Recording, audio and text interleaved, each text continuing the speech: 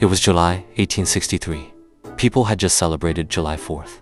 The army had just won a big fight at Gettysburg. Everyone thought things would get better, but in New York City, big trouble was about to start. The government made a new rule. It was called the draft. It said many men had to go and be soldiers in the war. But the rule was not fair. If you had $300, you could pay and not go. $300 was a whole year of work for a poor family. The poor families felt very hurt and angry. They felt like the rule was only hard on them. It was Monday morning, July 13th. The sun was up. A large group of men from the poor part of town walked together. They were upset about the new draft rule. They walked to the draft office on 3rd Avenue. At first, they did not want to fight anyone. They just wanted to tear up the papers that had their names on them. They wanted the draft to stop. When they got to the draft office, they were very loud. They broke the windows with sticks. They went inside and found the big books with names. They tore the papers into small pieces and threw them in the air like snow. It looked white in the street. Then someone made a small fire near the door. The fire grew fast. Smoke came out. The building started to burn and everyone ran outside. After the office burned, the group did not go home. They made very bad and wrong choices. They forgot about the draft rule. Now they started to be mean to black families in the city. This was not fair and it was not right. Black families had nothing to do with the draft, but the angry group looked for them in the streets. They shouted mean words. Many good people were very scared and ran to hide. On 5th Avenue, there was a big and kind home for children. It was called the Colored Orphan Asylum. It was a safe place for more than 200 black children who had no moms or dads. The children lived there, ate there, and learned there.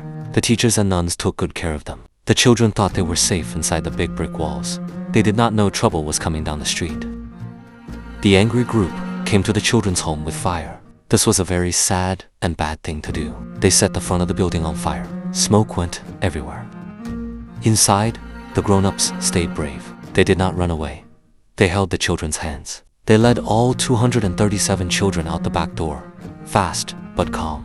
The children left through a small gate and ran to a safe police station nearby.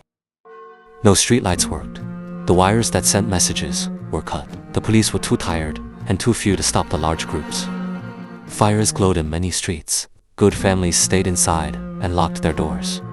They could hear shouting far away. The mayor did not know what to do. He sent a fast message to President Abraham Lincoln in Washington to ask for help to save the city. Far away in Washington, President Abraham Lincoln got the fast message from New York. The message said the city was broken and the police could not stop the trouble. The president was very worried. He was already busy with the big war. But he knew he had to help New York, so he made a hard choice. He told some of his strong soldiers who had just finished fighting in Gettysburg to get on a fast train. He told them to go to New York City quickly to help keep people safe. The soldiers were very tired. They had just walked for many days after the big fight at Gettysburg. Their clothes were dusty and their feet hurt. But they listened to the order. They climbed onto fast trains and boats that went to New York. The trains made loud chug sounds. Smoke came out the top. Inside the train cars, the young men sat close together. They held their tools for keeping peace. They looked out the window as the city got closer and closer. When the soldiers arrived in New York, the streets were still messy. Wood was on the ground. Small fires were still burning in corners. The large, angry groups were still shouting. The soldiers did not want to be mean. They wanted the trouble to stop. They stood in a line and asked people to go home and be calm. Some people listened. Some people did not listen and kept making bad choices. It was a very tense and scary time for everyone in the city. Slowly, the city became quiet.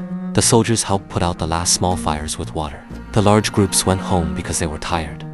By day 4, the shouting stopped, but the streets looked broken. Many windows were broken.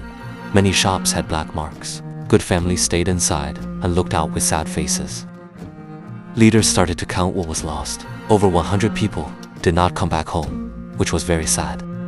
Many more people were hurt and needed a doctor. Many homes and shops were damaged. It cost over $2 million back then. That was a huge amount. It was one of the saddest weeks in New York history.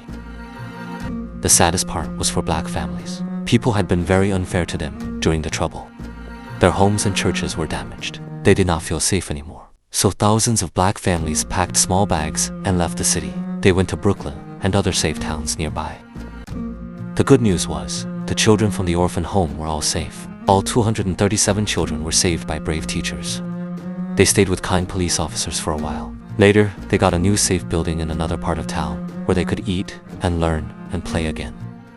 After the trouble, leaders learned a lesson. They saw that unfair rules make people angry. Later, they changed the draft rule to be more fair. They made new rules to protect poor families and all people, no matter their skin color. It took a long time, but the city slowly started to heal. Why do we tell this story today, more than 160 years later? Because it teaches us something important. When rules feel unfair, people can make bad choices. When a large group makes bad choices together, innocent people can get hurt. We must listen and make fair rules. The trouble lasted only 4 days, but people remembered it for many years. It started from an unfair money rule and ended when soldiers helped bring calm. Today, New York is strong. If you like hidden history they did not teach in school, follow this page. Next time, the body diggers in London.